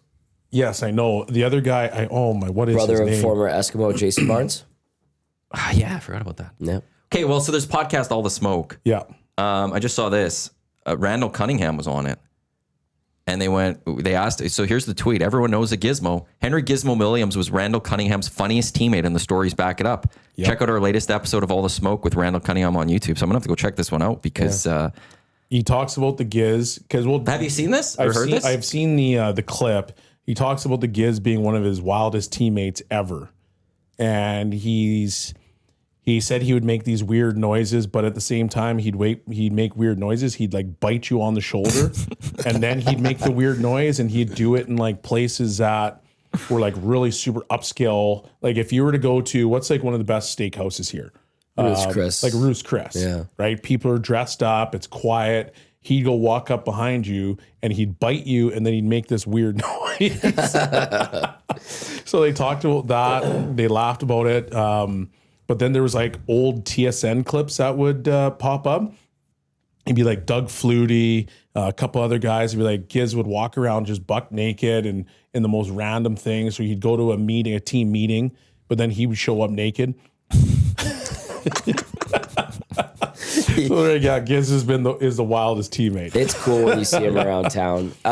Jed Roberts, who's a regular on the Reed Wilkins show with Jay Melton, he has great Gizmo stories, and he does a tremendous Gizmo impersonation. And he and Giz go way back to the early 90s. He told some stories of like going up north to visiting schools in the Northwest Territories and stuff. And it was so cold. Gizmo was like running alongside the car buck naked on the highway. It's like that stuff where it's priceless. I hope I'm giving that story its due diligence if Jed's listening, but that was a great story. The when way it came Jed in. tells it, and then Jed went and like smacked him on the ass. He's like, hey, why you gotta do that, Jed? Why you gotta do that? Oh man. It's just classic stuff. I love how Jed calls him Henry. Yeah. He calls him Henry every time. He is he's a funny dude. I mean, because I see him at a lot of the different golf tournaments, and it's beat the pro, and it's usually Henry Gizmo Williams. He's kind of hanging out on the in one of the holes. And I remember we were doing the Spruce Grove Saints golf tournament, and I had Spitzy, and it was like a par 3. And you got to like drive around the little like pond or whatever. Yeah. So you got to drive over it. Spitzy's a righty. Okay. And so Giz parked his cart just off to the left-hand side, got out and was walking by, and Spitzy hit this ball like he swings for the fences every time. Yeah. And so he hit it off his heel, and that ball rocketed into Giz's cart, and it hit everything in the cart. Oh, no. And we were like, oh my God, like you tried to just kill the Giz, but luckily the Giz was like behind us. I was like, oh my, this is not good. Giz he's still jacked. He looks like he could play. Yeah. Without question. Yeah. Steven Jackson. That's what it is. Yes. That was bugging me because I was looking it up too. I'm like, Steven, it's a pretty good podcast. I'm going to listen to that one. I dealt to Gizmo at an Oilers-esque casino charity event. Casino dealer Jay said I was on the craps table. He was screaming, "Give me the dice, baby." That would have been the Casino of Champions, I guess, because Carnival of Champions turned into the casino. Oh, did it? For a year, and then the Oilers walked away from it, which was sad. That sucks. Has it been announced? I watched it popped up on YouTube, an mid-August game between the Ottawa Rough Riders at Commonwealth Stadium against the Eskimos. I watched like a half. The other day. I was like, yeah, I'm going to watch this. This is great. I enjoyed it thoroughly. Like those guys hit hard. It feels like there was no regard for safety back in that day. Yeah, no, definitely wasn't. It was highly entertaining. Commonwealth was pretty packed. It was like an ESPN classic too for some reason. Oh, really? Damon Allen was quarterback. Matt Dunnigan was on the sidelines, but he was injured, so he was in street clothes talking to Damon Allen. Marco Sincar was on that team. Brian Kelly. It was neat. I thoroughly enjoyed it. I was just like, this is phenomenal. And I watched it, at least the half. At least a little bit of it? Yeah, it was good. Do you renew your Elks tickets? I always do. Yeah. Did you? I did. You did? Yeah. Yeah, I just price went up. Kind of pissed. I auto renew. The CFL competition committee, well, they had their meetings the last couple of days, and the two rules that they're pushing forward, one is with the play clock changing, the final 3 minutes, it stays the same. 20-second start, stop. They announced that? No, that's what they're proposing. Oh, okay, yeah, like the rule good. committee doesn't make the decision. They have brought it because I guess all the coaches, like Danny Machocha and Mike O'Shea, they were keeping it close to the vest. Like we weren't consulted as coach GMs for these rule changes. Right. We've prepped for this. Like they were like, we're coming in prep. So I think they finally got to say what they wanted to. But for this one, they've gone with they proposing final 3 minutes. We go back to the 20-second clock. So it's a running 35-second clock, but then the final 3 minutes, we stop and we switch it, which I think is the right thing. And then overtime in regular season, no more ties. what they would want to Good. do is Beautiful. to the same. Each team gets 2 possessions, but then it's the college football model where after that, if it's tied, it's just 2-point conversions. It's shootout. Oh, cool. Each team I like forgets that. the ball You from the just stay on 3. the field? Well, each team they gets the gotta ball run it from the off? 3, Yeah. and if you get it, the other team gets a chance to get it. If they don't get it, game over. If they get it, we do it again. I like and just that. constantly keep going. But are until- they staying on the field like just on their own sides, or is it constantly like I wadded rotate off? the size. I don't know. Yeah, I don't remember. I haven't seen it too much done in Does it even in get to that college. point? I've seen it a few times. Like I know it's happened a few times. I've just never watched it. Yeah. So I don't fully know how they fully play. 'Cause I feel think like it's that on would one slow side. the game down if you had to. Everybody had to change, and then you ran your play, but then everybody sprinted to the other side to do your play, and then back to the other side. Yeah, that wouldn't be too Unless, bad. The only well, it's a lot of running for the refs I back think and forth. the only question I would have about that is I would assume because I don't even know how they do it with the playoffs, how it is now. I think it's all on the same end. So I think whoever wins the coin toss decides if they want the ball first. The other team gets to pick where we're playing. Yeah. And then it stays there. Oh, does it? Okay. I feel like. Also, somebody said this is officially, like they've seen it announced. I just haven't seen it official, but I know this is what was coming today. It will be announced Canada men's national team will take on Uzbekistan in a friendly. I knew about that. Yeah, Tell but me. it was being announced today. Oh, okay. Like that's the official announcement. Like Like it's been Commonwealth? rumored for a while. Today there was a whole Zoom to be announced. Oh, okay. I didn't know if you said like, did I know about this? Whether you would have known. You told me. Yeah, but that's what I was talking about today. Oh, okay. Like that's where. Sorry, June 1st, 7 p.m. Commonwealth. Yeah. Have they bridged the gap with Canada soccer? Close enough, I would say. Like I think there's still going to be some anger, and it's not Canada soccer. It's the anger with, well, FIFA didn't do it, and the head of. I thought Quinn said Canada soccer and the Maybe it's city were that. not on good My terms. issue, my anger is with Victor, whatever hell his name is, who used to be in charge of Canada Soccer, but he's no longer. He's now the head of CONCACAF, Right. And he's the vice president of FIFA. Or whatever. Yeah. But he wanted Vancouver, so he got involved and he picked That's Vancouver right. and stuff. That's right. But it'll be one of like the tournament starts a week later, so it'll be one of the last friendlies Canada will have I hope we sell it out. before the World Cup. And that's the thing. Like it's one, we could send a message that we deserve to be in the World Cup, but it's also a chance to send the boys off On a good good note going into the home World Cup. So I really do. I like one, when we did well as a city for Azteca games, the one thing that did come out of that, tickets were priced well. Yeah. They didn't overprice those things. I really hope that they do similar model.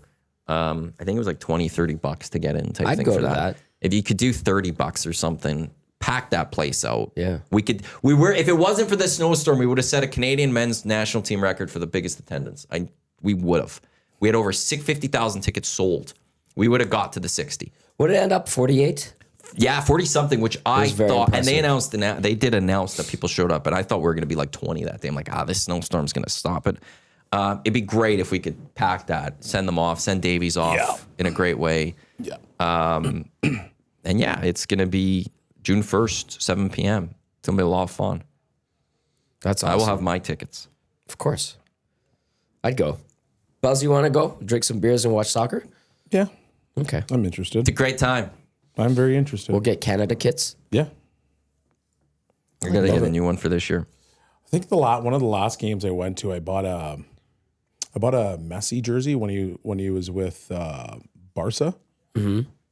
And it was so hot in the stadium that it actually melted the number off. Yeah, because they just iron those on. Yeah, it was an iron-on, but it was so hot at Commonwealth because there was a game that I can't remember which game it was, but I bought the jersey because I'm like, I like this jersey. Mm-hmm. And so I was sitting in the seats and it was so hot that it actually melted peeled. the number right off. And I was like, oh, that's not great. It gets hot down It there. does. Especially when it hits like those 30 degrees. Yeah. And just those orange seats just soak it all in. The old They're not even ones? orange seats. Now it's green and gold. Yeah, now they're green and gold. So it was back in the orange days. And that thing just eviscerated my jersey. Yeah. It was not solar absorbing plastic. Yeah. It might have been for a women's game when I wore that. Oh. We had good turnouts. going on back that. Last my- women's game, I'm going back into my I photos feel like to find it. 15 was the Women's World Cup. Would have been the might have last been time we then, had yeah. a women's game here, I think. Yeah. And it was super hot for those. And it was so hot. Yes, it was, because I almost fainted in the first one. I needed water. I was dehydrated a little bit. I remember my eyes. I was like, oh, I should go get some water. Yeah. And I just made it in time to the concession to order the water and cool myself down. 2015. The only soccer game I've witnessed at Commonwealth was the Beckham versus LA. I was there for that one. Whitecaps. It was neat. It was all right. Yeah. He played. That the was first cool half. seeing David Beckham and all that. Yeah. Those 2 games for the World Cup qualifier, though, were great. And actually, at that time, I'll say that launched. I'll give Edmonton credit. And this is for us launching it to the World Cup. We launched, I think, the attention around the Canadian men's national team going into that World Cup cycle. I do believe that. Prior to that, those 2 games, Davey scored the goal, that beautiful goal against Panama and Toronto. And I think everyone remembers it, where he came running down the sideline, just kept the ball in, ran down and scored. And that allowed them, Canada was getting too many draws in the World Cup qualifying to that point. That launched Canada to go win the qualifying group. But then Edmonton, we sold a bunch of tickets in the middle of November. And I think the rest of Canada is going, why is Edmonton doing this? Like, what's going on here? And like, oh, our Canadian men's national team, like, look what they're doing. And I think we made it, we brought them to mainstream Canada conversation. Yeah. Could see that. I feel like those 2 games did it, because it was Edmonton in November, Costa Rica, Mexico in a snowstorm, and the rest of Canada took notice finally of that Canadian men's national team for that World Cup window, and then it went to Hamilton and stuff like that, and everyone started paying attention after that. Davey scored the goal, which set them off in Toronto for qualifying, but it was those games, it was us in Edmonton that made them mainstream in Canada. So we deserved at least the game for this. So I'm glad we're getting nice work, Edmonton. That I'm looking forward to that June 1st game. I will go drag your ass out there. We'll Sounds wear good. matching Team Canada jerseys. Iwanyk will be in the Voyageurs section, painted from head to toe in red and white. Never done that. Duck Dad, let's just get a couple rows for EST, Matt. And there's a kind of part of me that goes, well, maybe we could find an area near the Voyageurs and we could just load it up with Hey, that's a good idea. a bunch of us too, to be near the Voyageurs, though. Here's an interesting text that came in. It says, "Isn't there talk about putting down real grass for that game, so the Elks preseason game will have to be moved?" I haven't heard anything. Obviously, have you heard anything like that? I heard something. I don't think I could mention it. Okay, we'll leave it at that. I just thought that was an interesting text. I would say for that, stay tuned. Okay, I know I've heard like there will be real grass for this, which to me, if there's real grass going in for this for Canada, Uzbekistan, I would be shocked if then it's just the only World Cup friendly here. Oh, Well, to me, it doesn't make sense financially to a degree. It wouldn't shock, like all these other teams will want to play World Cup friendlies, like all of the people going into the World Cup. Yeah. And the question is, when will they start coming to North America? And will we see just some friendlies being taken place? Because like often, like there's friendlies, like Canada will take on another country in friendlies. I think was it Ecuador or was it Venezuela in the States? Like not in your country. Mm-hmm. Is there a potential that we might see, like, because Canada, Japan, where was that World Cup friendly? Or no, friendly? It was right before the World Cup. It was a neutral site somewhere. I forgot where, right before the 22 World Cup. That I wonder if we'll see people like some of those 48 nations come early and we might get a couple of other friendly matches. Just nothing cool. with Canada. That's just me pondering, wondering out loud. I like when you get ominous. Yeah, that one, that's not hearing anything from anywhere. That is just straight up. Would we really go through just putting natural grass in for a one-off? Or would they try to see, okay, could we go get a couple of other matches throughout the week? Or could this be a double header day where there's a game at 4:00 and then this game at 7? Could the pitch handle that? A natural? Oh, yeah. And that's the other thing. They're putting in the new, the new turf at Commonwealth right now or whatever. That has a drainage system. It's a very. Or are they putting in new turf or are they putting in the grass right now? Oh. Well, if they're playing grass, you're not going to put a new turf, rip it out, put grass in, But then rip it out. You got the see. This is something I would have to go ask around. like, you need to redo the drainage system for the new turf system. Well, I wonder if you could do all of that, but then put real grass over it. I don't know. That's And why then I'm rip wondering. that up, and then the artificial just goes on top of that because the then wouldn't drainage the would be there. Dirt go into the drainage system. I don't know how it works. Yeah, it's I don't know any of those fascinating to me. things. Grant Canton over at Cougar Creek former head groundskeeper at Wimbledon. Text me right now. The only thing I would say that makes me sad about that they wouldn't do a year with the real grass. Like if you're putting it in, it'd be cool if they were like, oh, the Elks, we're gonna play a year on real grass and then next year. But it wouldn't work because you have AC/DC, you have Guns N' Roses, you have Foo Fighters coming. Right. That will kill the grass in August, September.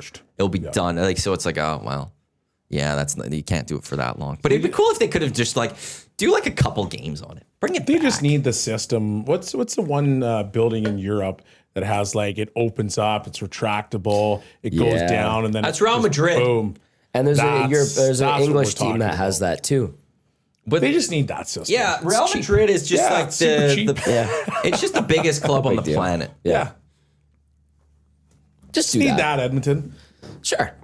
Do it at Commonwealth, which is approaching 50 years. You can't do snow properly, but you can build that. Is Yes. that too soon? Too soon. No, it's Like for the first, this is the first ever this happened to me. Player texts me this morning, goes, "Hey coach, I'm going to be late." Why are you going to be late? Because the city snowed my car in. Now, obviously, did you read? Was there a parking ban in that particular? Like, I don't know what it was, but that's the first time in history that's ever happened to me. That's and kinda I funny. died laughing. I said, But- "Oh, good, dude." Yeah. a lot of videos coming out right now, and the mayor's finally spoken up about this. The residential part is just not going well. People's driveways are being blocked in, that they can't get their car out. No, they Yikes. can't. Like, That's one thing that even Look if at you this. followed he didn't follow the parking ban. That's on the road. like I said, I don't think he That's followed on the your parking fault. ban, but he definitely got Which snowed in there. I know also is discussed about.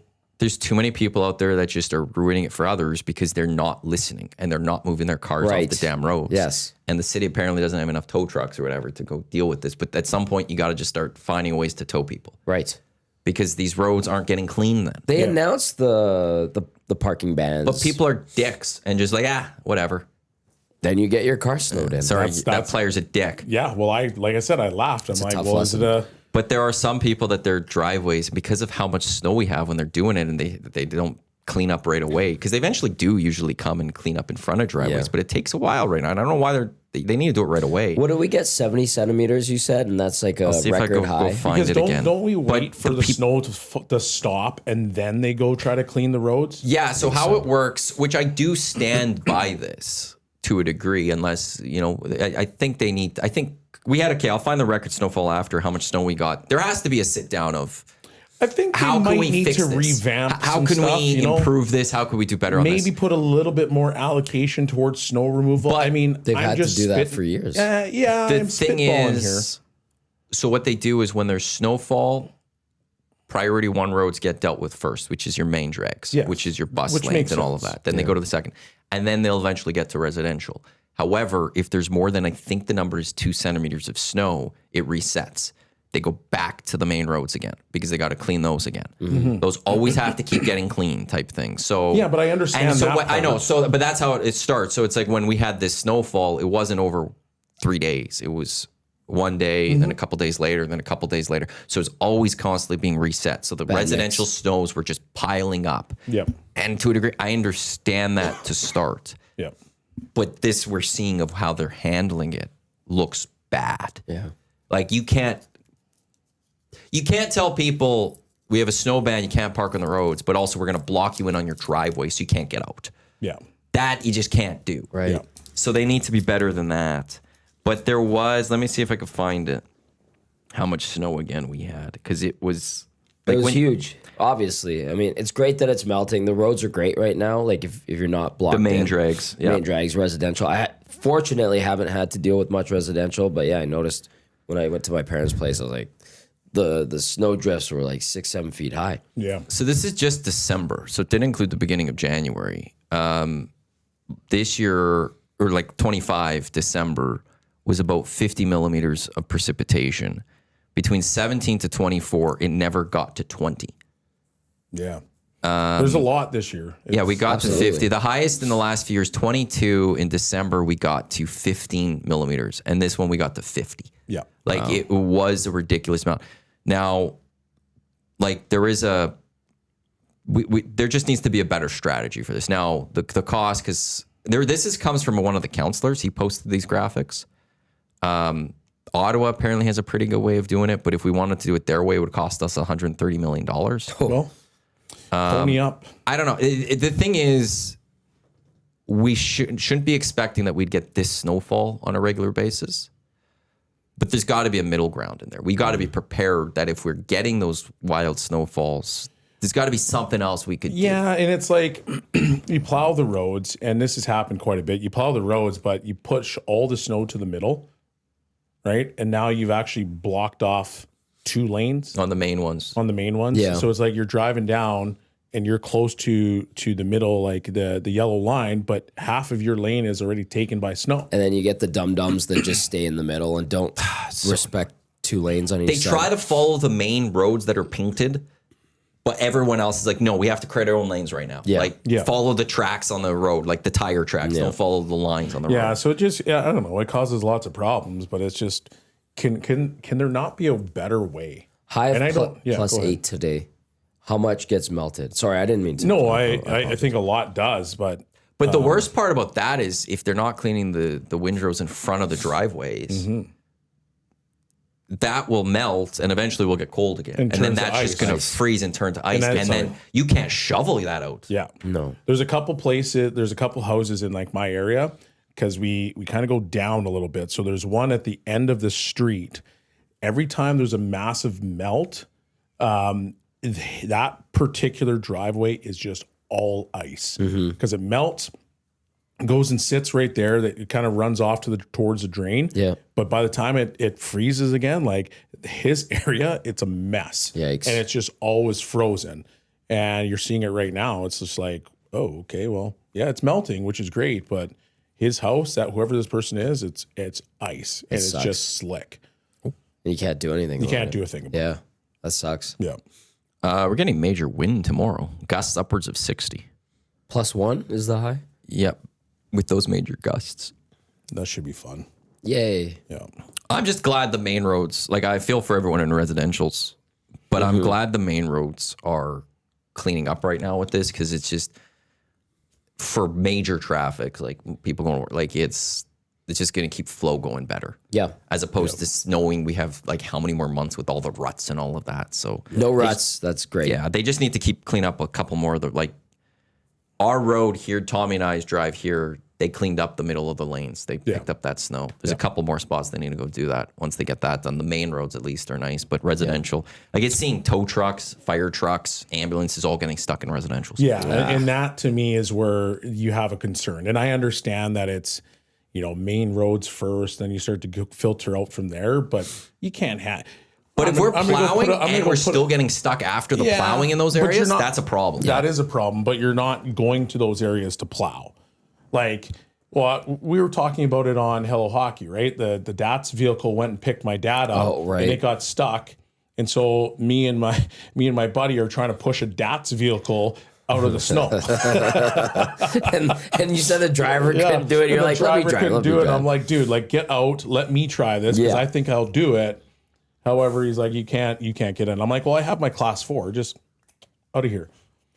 Vamos. So, I mean, that part sucks where it's like these big vehicles are getting stuck. And well, here we are.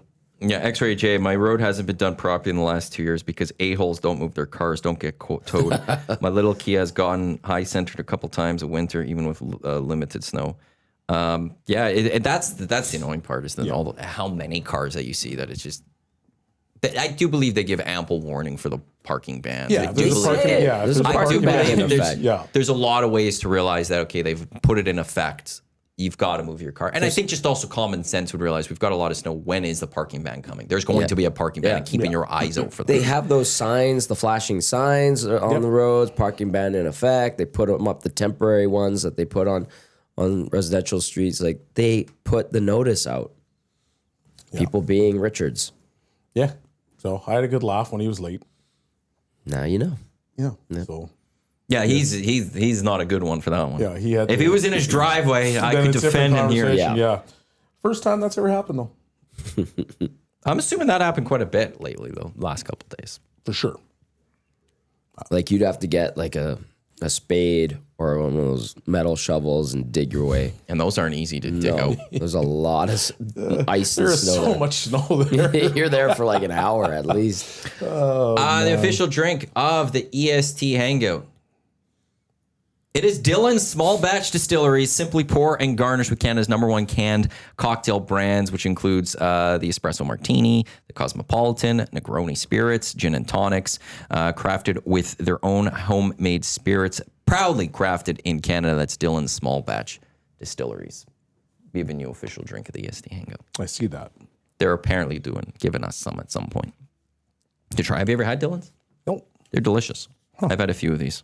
They have a cocktail, gin cocktails, and then they have pre-mixed signature cocktails and stuff. So I want to try that Negroni. Grumpy Cat says December was like 400% the historical average. Yeah. Yeah, it really was. And that's where, like, for a while, I was giving the city the benefit of the doubt for certain things because it's just we got so much. But there does come a point where it's okay, well, we've been past then. I'll be right back. Oh, I need to go bathroom. okay. Have fun. I've held too long. All right. Belsy, here's one text in regard to the snow. Tell me where I'm supposed to move my car, boys. I don't disagree with you. I understand. And now, Yeah. like the parcels of land that homes are built on now are smaller. There's less parking space. There's less. That's a valid question. It's a very valid question. I suppose the harsh answer and the real answer is not where there's a parking ban. And that means you might have to walk. And that sucks.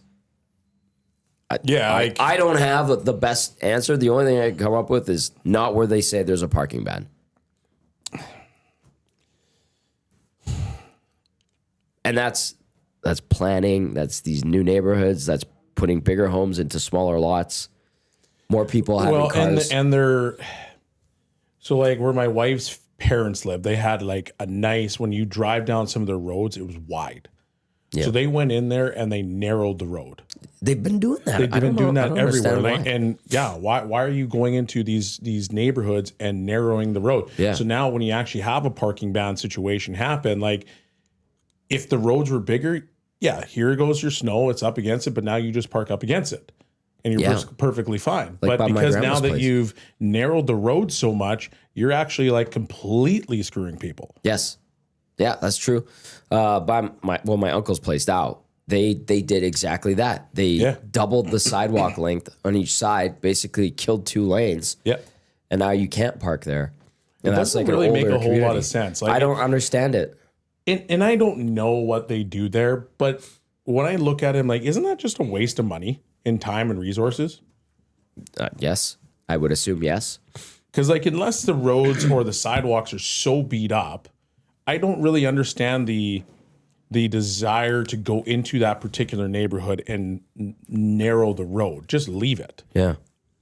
Yeah, I don't get it. I don't understand that one. So once again, I'm not going to criticize what they're doing or what they're thinking, but it confuses me.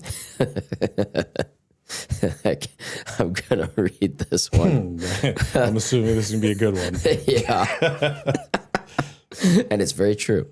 How many people have a garage and no place to park in it because it's full of shit? That's a very good point. Stop being pack rats. I have never. My hoarding. parents were always good with their cars always parked in the garage. Yeah. Two cars were always in the garage. You have a golf simulator in the garage, maybe. Yeah.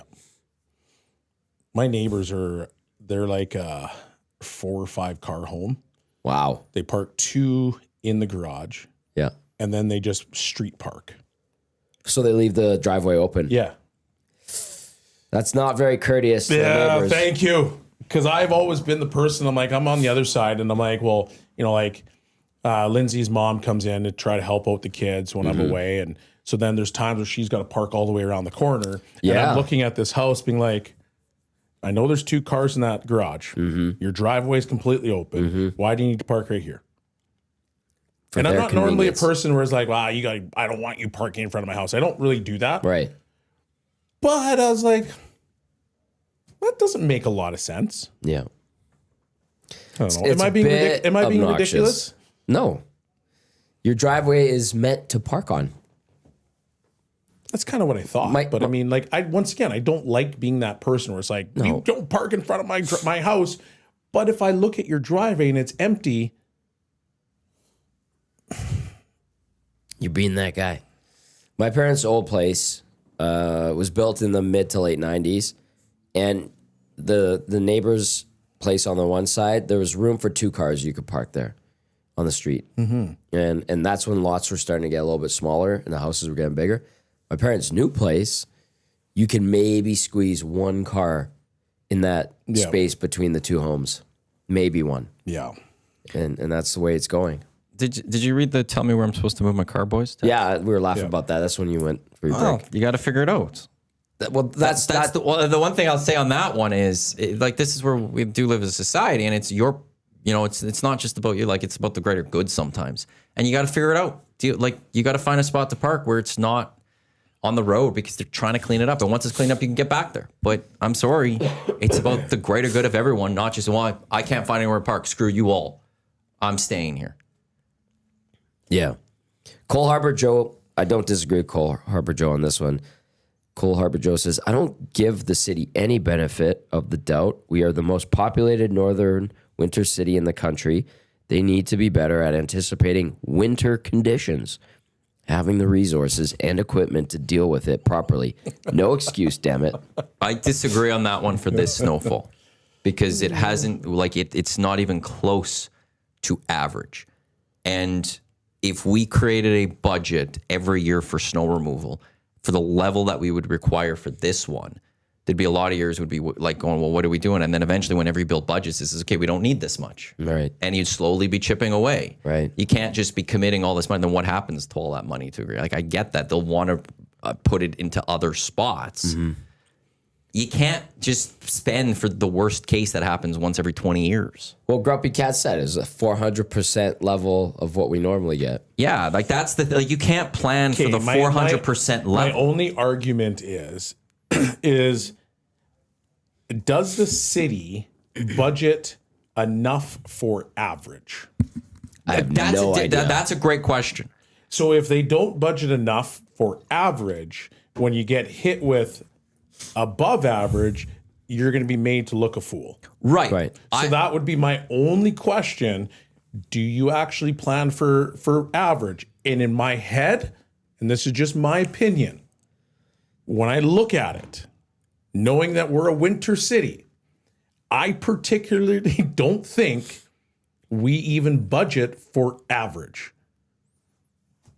So I don't know what average would be, but again, if you wanted to budget for the same level that Ottawa has, we have to be doing over $130 million every year to this. But we wouldn't be using that every year. And then people would be like, well, why are we committing so much money? We could spend that on other things. I get that then they'll just be complaining every year when the last time it's not even close, 400%. Yeah. The last time we had precipitation like this in 1 month was 2004. Yeah. You can't be prepared for the worst case every year. I'll agree with I want to be a little above average. Right? Yeah, I want to plan for slightly above What average. do we think is the average? We should be a little bit higher than that, prepared for. There is always going to be those situations, though. If you live on the East Coast or something, hurricane season, sometimes there's ridiculous hurricane season. Mm-hmm. You can't be prepared for a Category 5 every single year. There are going to be those catastrophes that are going to come, and then you have to do the recovery and all that stuff. I think that's going to be the same as snowball. When you have the amount that we had this year, there were going to be some pains for that. Yeah. But could we be better? Yes. Dex text in. I like this. I moved out here to Ottawa a few years ago after living in Edmonton for 40 years. The good people of Edmonton are getting absolutely punked when it comes to snow management. You guys take a massive tax increase year over year. You ought to send the city managers to learn how to do it somewhere where they have a clue what they're doing. So another example of Ottawa. Yeah. Anyway. Above average, we still talking about snow? Yeah. People are fired up. Those texts have been coming in about it. Bronco Nick, Edmonton only budgets $67 million for snow removal. Again, I don't know if that's good or not. One ball cash. Budgeting and the city of Edmonton should not be used in the same sentence. It's sad. It is sad. That's good stuff right there. Yeah. But when was the last, it's... Damn to it. Cole Harbor, like I have to give some sort of benefit of the doubt for December just because was unseen. Well, and we don't know what the weather forecast is ever going to be. It changes by the next day. You can't even anticipate ahead of time. We're not down in Arizona where you know what the weather's going to be for the next 2 weeks. that's where I'm going, baby. All right, like you sit there and you go, okay, it's going to be this degree in 2 weeks. It will be that in 2 weeks. Here, they could predict. Clausen could sit there and be like, in 2 weeks it's going to be this, and the next day they'll be like, well, no, it's going to be this, and the next day it's going to be this. Yeah. And that temperature constantly keeps changing. Like tomorrow's now a minus temperature, I think. What? Yeah, Get out of here. Tomorrow's no, supposed to be no, Friday -1 is the high. Earlier this week that was +7. Like just a couple days ago. You can't even anticipate for the weather part of that Today's because going to be +8. today's 9 according to Environment Canada, tomorrow's 2, Friday's -1. Oof. Yesterday I think it said Friday was going to be +6 or 7 or something. Like in a day it changes so much that you can't even anticipate that. All I know is that I see a -23 in our future. Where do you see that? Right here, 14-day forecast. Yeah, but that's Again, way 14-day too far out. forecast. Once again, and that's on the gentlemen, Weather Network. It terrifies and Asbury me McCourt because about the Weather I Network. hate this freezing cold weather. So I see it, I get instantly chilled. Don't think about it. Stay have to. warm, big boy. I have to. Anyway, Yeah, good times. this has been an enjoyable show. Over under, Play Alberta. Download the app, visit them, playalberta.ca. I did this one last week. I'll bring it up again today. Over under on how many times Jazzy is doing this right now, talking and following along with the show. Yeah, I'm one of these. I can't believe Y'all that there's don't this know. so much snow and you would be parking there in a parking ban. I can't drive. I can't believe that. Yeah. Why do I have a feeling Whatever it is, why do I over. have a feeling she'd be the one parking on the street? And she'd be saying, where am I supposed to park? Yeah. I just have that feeling for some I reason. can't believe that they did that. Yeah. And they put all that snow around my car. Ooh, this has changed. Bills started off as favorites in Denver. Now Broncos are slight favorites. Bills are +100 on the money line on PA. 49ers are +7 on the road in Seattle. Texans are +3 on the road in New England. Rams are -4 going to Chicago. So there's one road favorite. 1.5 road teams winning this weekend in the Can you national. go over those again? I was looking at the That's nasty fine. chat. Bills in Denver, they're +1, so they're the underdog. Okay. Barely. 49ers in Seattle are +7. Texans in New England are +3. And the Rams in Chicago are -4. 1.5 road teams winning this weekend in the playoffs. Ooh. 1.5. I'm going to go under and I'm going to go 1. Who is it? The Rams in Chicago? Okay. I want to go over, but I want to say it's Bills Texans winning. Did you? They got to clean up their offense. Who, the Texans? Yeah. Yeah, but when their D's humming along like that, It was crushing the Steelers. man, they were good. There's a part of me that says But just you're that facing a way defense- better team. Yeah. And they've got a really good defense too in New England. But there's just something about, could the Texans be on this magical run or something right now? And I'm not sold on the Broncos. I don't know what it is. For Bronco Nick's sake, I hope I'm wrong, but I'm just not sold on this Denver Broncos. It's because you're not sold on Bo Nix. Mm-hmm. That's what it is. I just, How The dare rest of you? their team's pretty good. How dare you side with Dragon Slayer 69 in his mom's basement? and there's a part of me that says the Bears are going to find, like, they're just finding ways to win. So I almost want to go over, but say it's going to be the 2 AFC teams doing it. Can I go over? You can do I'll what you say wish. Bills and Rams win Yeah. on the road. I don't know what to expect from the Bills. They make me nervous, and I don't know why. And maybe Bills? it's yeah, I feel the same way about Is them. it because they can be the best team in the world, but the biggest piece of trash to the next week? Yeah. But as Matty pointed out yesterday, he's like, Josh Allen finds a way. When, They have a finds a tush way. push that When goes has 10 yards. Well, like, the he reason finds a way to lose? Yes, I agree against with you. one person, Okay, against well. one team, against Patrick Mahomes. My homeboy. Yeah. But he finds ways to get, like, and there's just something about that team that I don't know, the gut's telling me they're going to find a way this year. They're going to be there. Yeah, I could do without it. Although what would be like Bills Patriots AFC Championship would be fascinating. The storylines from a storyline perspective, it'd be unreal. Yeah. Like if the Patriots have a chance to go to a Super Bowl before the Bills got to a Super Bowl. That's crazy. That would be like crazy. in that time period of Tom Brady leaves, Yep. Josh Allen arises, and it's just like you still didn't get there, but the Patriots might have. Ouch. That's a ouch. Really quickly, we'll slide this one in. I can't believe you guys haven't talked about Aaron Rodgers' playoff performance. All I wrote back was, he's done. Yeah, we talked about it yesterday too. There's nothing to be said about that playoff performance. It stunk. The Texans D ran wild. Yeah, they did. Yeah, they did, Belsey. Like very dominant. I don't think it's one of the most historic dominant performances, but it was a really good performance. Yeah, they crushed them. Yeah, they just old man Rodgers had no idea what was going on. Thank you, everyone, for tuning into the EST Hangout, which is presented by Sentinel Storage. Good seeing you again, Belsey. We'll see you next week. Pleasure. Tommy, you have the oil stream. The order has been submitted. I said, new number, who dis? That's for the bet. The oil stream will be a fun one today. Yes. It usually is, but today will be extra fun, I would have to say. But we got Lock Shop, Good Oil Stream, EST Afternoons, Rewelcome Show with Jay Mill, 6 o'clock, Crush Performance on the audio streams. That's all to come here on Edmonton Sports Talk, your clear choice for Edmonton Sports, presented by Play Alberta. Once again, thank you for tuning into the Hangout. On behalf of Tommy, Belsey, I am Matt. Lock Shop with Dusty and us coming up in just a few minutes. Don't go anywhere. Let's go. There you go, right in front of the camera. First-time guest, long-time listener, fan of the original draft commissioner. Welcome to the EST Hangout presented by White Claw Hard Seltzer. The difference is clear. Matt Iwanyk, Tom Gazzola with here. Joining us today,